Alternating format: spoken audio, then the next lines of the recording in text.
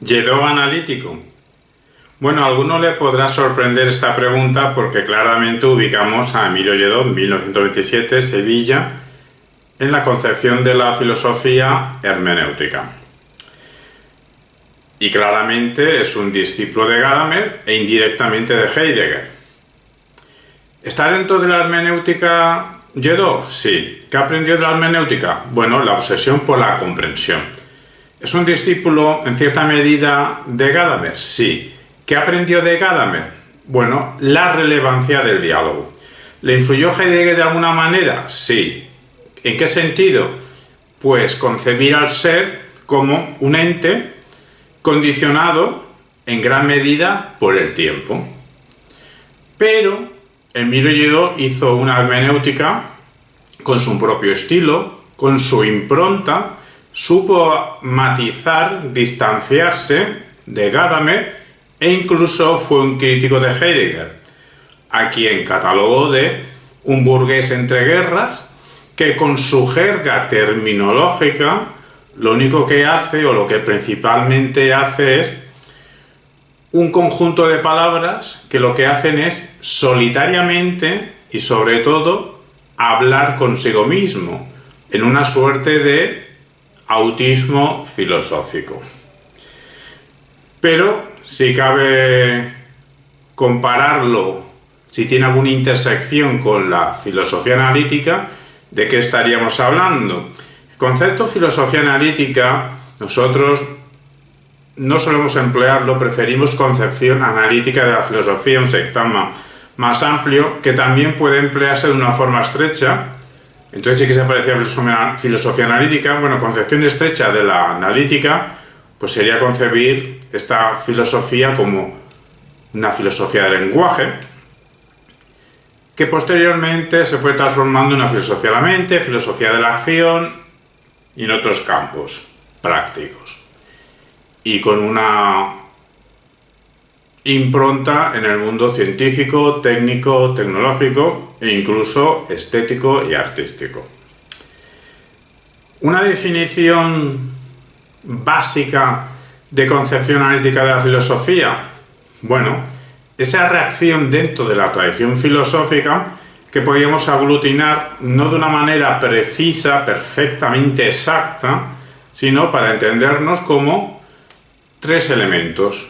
Un elemento histórico de reacción, en concreto hacia Hegel y en general hacia el idealismo, o los excesos del idealismo, mejor dicho, un elemento formal de obsesión por la claridad y un elemento de fondo de pensar con rigor qué conexión puede haber, si es que la hay, entre el pensamiento, el lenguaje y el mundo. A nosotros últimamente nos parece que puede haber confusiones y provocar discusiones terminológicas e históricas, historiográficas, de que si cierto pensador es o no analítico, y entonces podemos utilizar otra expresión, concepción resolutiva de la filosofía.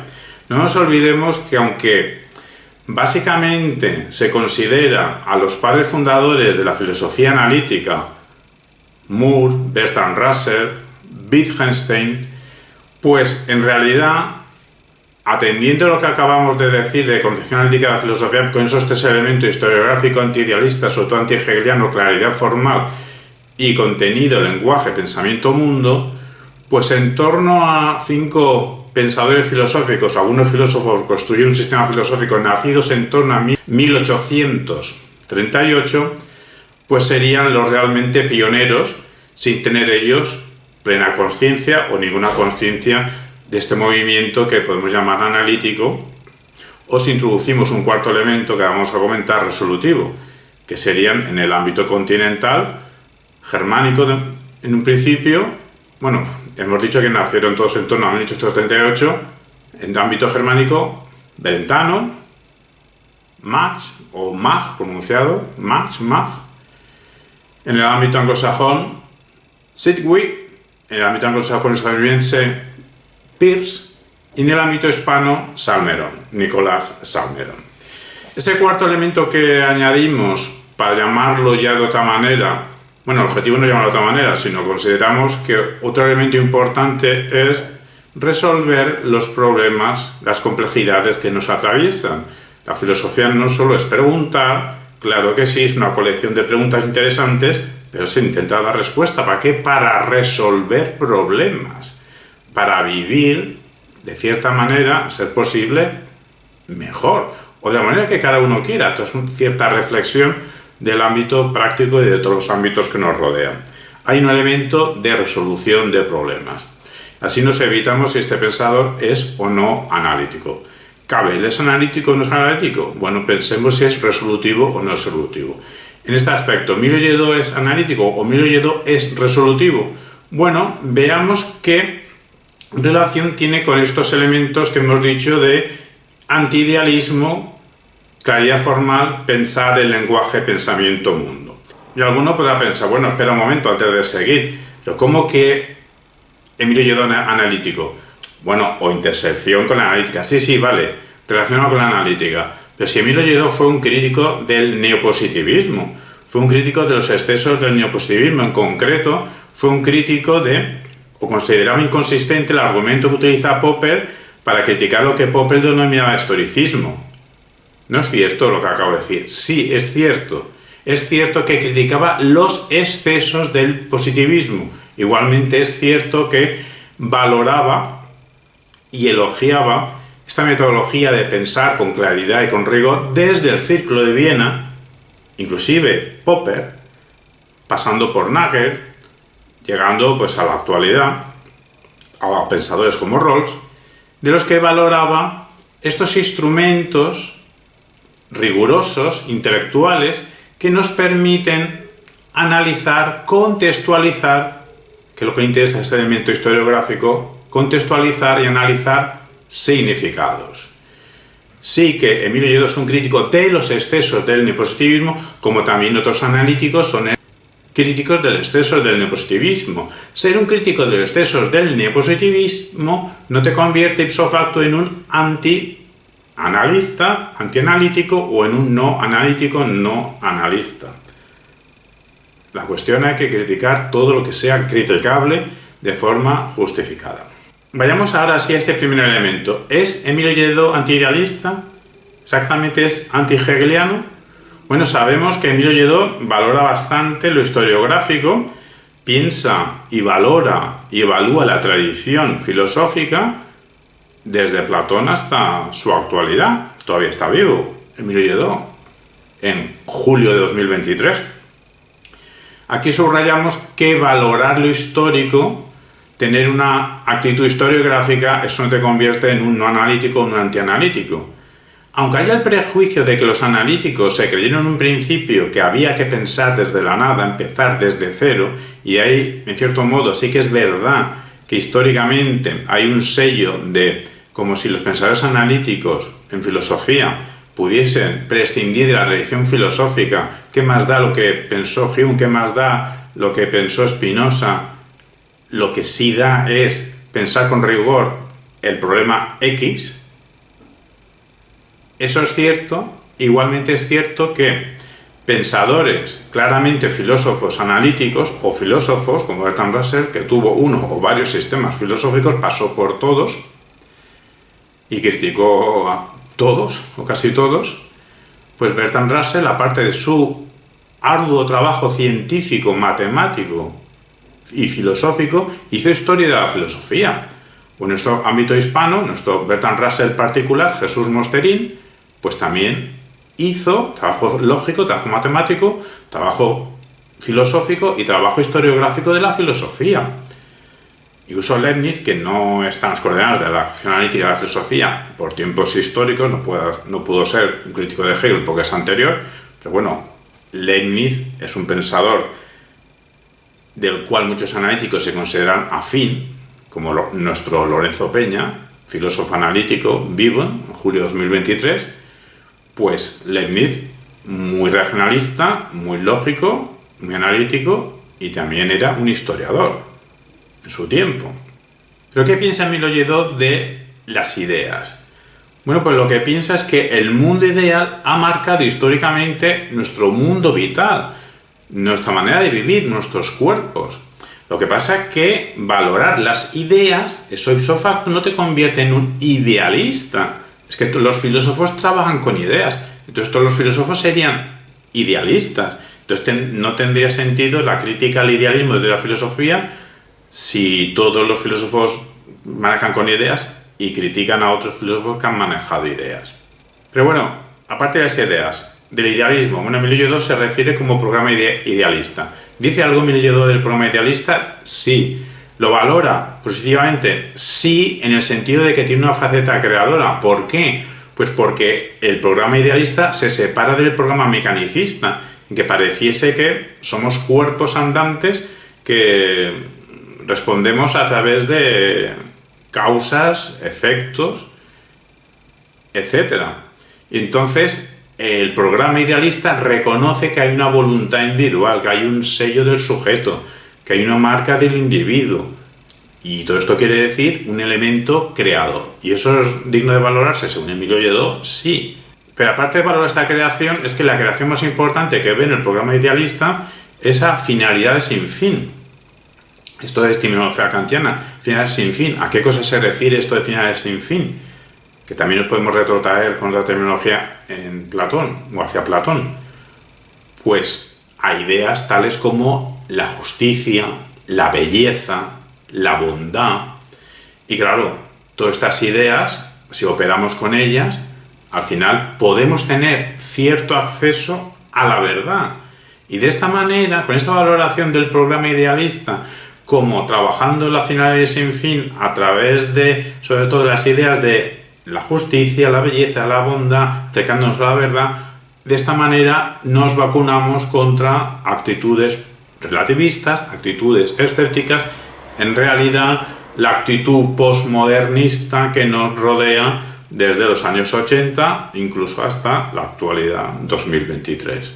En el mundo universitario, en el mundo de la política y en otros ámbitos. Hablemos de Kant. ¿Tiene alguna relación con Kant? Porque Kant es considerado padre del idealismo.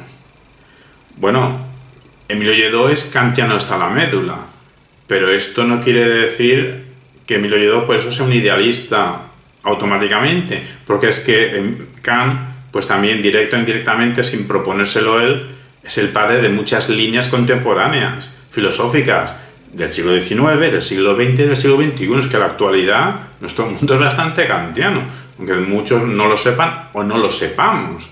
Entonces, una de las líneas que en cierta medida, antes hemos dicho Brentano, Sidgwick, Mach, Peirce, Salmerón, es lo máximo que nos hemos retrotraído hacia atrás, porque aparentemente los padres fundadores de la filosofía analítica serían, como hemos dicho, Moore, Bertrand Russell y Wittgenstein. Nosotros nos retrotraemos solo a estos 5 que nacieron en 1838, pero indirectamente pues puede haber un origen en Kant. La concepción analítica de la filosofía puede tener un origen en Kant. Incluso en el texto de la crítica razón pura hay muchos elementos que hay textos en los que Kant defiende una importancia del análisis del significado, de la búsqueda del significado a la hora de hacer filosofía con rigor. Lo que pasa es que esas líneas, esos fragmentos, pues no se han valorado suficientemente. ¿Qué le vamos a hacer? Entonces, ¿en Emilio Lledó hay algún idealismo, sí o no? Sí, está el idealismo en Emilio Lledó de considerar a la lengua la matriz ideal desde la cual nos desarrollamos en la realidad. Entonces, ¿tiene un idealismo? Sí, este de la matriz ideal de la lengua, pero claro, ya es un idealismo en cierta medida lingüístico, lo cual lo une a uno de esos 3 elementos que hemos dicho que nos puede servir para comprender si un pensador está dentro de la concepción analítica de la filosofía. El elemento de lenguaje en conexión, si la hay, con el mundo, con la realidad y con nuestro cerebro, con el pensamiento. Y esta suerte de idealismo lingüístico que estamos diciendo presente en Emilio Lledó, pues tiene conexión con la conciencia lingüística, y esto nos impide caer en extremismos de relativismo, escepticismos, posmodernismos varios. ¿Por qué? Porque Emilio Lledó considera el lenguaje como ese medio que conecta ontológicamente pues el mundo subjetivo y el mundo objetivo, la objetividad y la subjetividad. Subjetividad y objetividad a través del lenguaje, pero objetividad. lo cual en Emilio Lledó no pierde de vista la realidad, es decir, no hay un idealismo absoluto en Emilio Lledó. Vayamos ahora al segundo elemento de definir si un pensador filosófico está en la concepción ética de la filosofía, que es el factor formal de la obsesión por la claridad. ¿Es claro Emilio Lledó? Pues lo que encontramos en Emilio Lledó es precisamente una obsesión por la claridad analítica, de analizar que no solo textos clásicos, sino textos contemporáneos de su tiempo, que es nuestro tiempo. Textos que tienen que ver con el tiempo, con la memoria, con el lenguaje, con el presente en definitiva. Lo que analiza son las distintas formas de hacer mundo. Lo que analiza es la vigencia de la filosofía, si la tiene, por qué la tiene. Y para eso tiene que saber qué lugar tiene la filosofía en el mundo, qué papel juega la filosofía en el mundo. Y eso lo analiza. ¿Y cómo lo analiza? Con claridad y rigor. ¿Por qué? Porque su obsesión es la aclaración. ¿De qué? Pues ya lo hemos dicho. De fenómenos como el tiempo, la memoria, las imágenes, las palabras. Y su nivel escrito y oral del español hay que decir que es espectacular. Es una delicia leerle, es una delicia escucharle. Realmente es una máquina de comunicar argumentaciones persuasivas. Y nos vamos ya al tercer elemento de ¿hay relación lenguaje-pensamiento-mundo en la reflexión de Emilio Lledó? Pues precisamente en todas sus páginas continuamente está analizando el papel del lenguaje a la hora de expresarnos en el mundo. Incluso su tesis, una de sus tesis principales, es la del lenguaje como vía de individuación, como principio de individuación. ¿Por qué? Porque nacemos, crecemos, nos desarrollamos entre significados. Entre significados lingüísticos es como vamos constituyendo nuestra marca personal, nuestra manera de vivir, nuestra manera de hacer mundo. Crecemos en un lenguaje que nos vincula con una tradición. Así pues, la historia individual de cada sujeto es la especial vinculación con esa matriz ideal desde la que nos desarrollamos. Cerramos ya con la consideración de en qué medida Emilio Lledó es un pensador filosófico analítico o en cierta medida está en intersección con la concepción analítica de la filosofía. Si lo estuviese no sería un rara avis, porque se puede pensar y justificar una línea analítica hispana que muy lejanamente podía ser el pionero, ese pensador lingüístico conocido como Nebrija, pero sería más correcto nombrarle como Antonio de Lebrija, aunque la primera cabeza realmente pensante analítica en español sería Nicolás Salmerón, y actualmente pues tenemos varios representantes. Manuel García Carpintero, Sánchez Miguel, lo que pasa es que normalmente se expresa en inglés, aunque también en español. Antes vamos a precisar mejor aquello que decíamos al principio de se puede hablar también de una concepción resolutiva de la filosofía en vez de concepción analítica si añadimos un cuarto elemento, el elemento resolutivo de complejidades, de problemas vitales, teóricos, conceptuales, prácticos. Concebimos la concepción resolutiva de la filosofía como un modelo de crítica rigurosa, a ser posible con fuerza argumentativa, persuasiva, comunicativa, con tonalidad materialista, que bajo estándares altos de claridad expresiva se enfrenta con las complejidades que nos atraviesan, bajo la sospecha de que cierta conexión relevante existe o se puede justificar entre nuestros cuerpos con cerebro, con lo simbólico y con la realidad. Tres planos o tres dimensiones en los que apreciamos problemas que nos afectan y que requieren solución o resolución. Y si no es posible la solución o la resolución de dichos problemas, pues nos tendremos que conformar con su transformación. Y vayamos ya con la respuesta de si Emilio Lledó es un analista hermenéutico. Bueno, al menos un pensador hermenéutico analista. Un profesor de filosofía con escasas horas de televisión en el cual encontramos luz, consejos, un aviso de verdad, una clarificación en la oscuridad de la existencia, precisamente por construir con su magisterio, con sus escritos, con sus conferencias, una hermenéutica analítica. Una hermenéutica analítica que permite realizar análisis hermenéuticos. Gracias, maestro.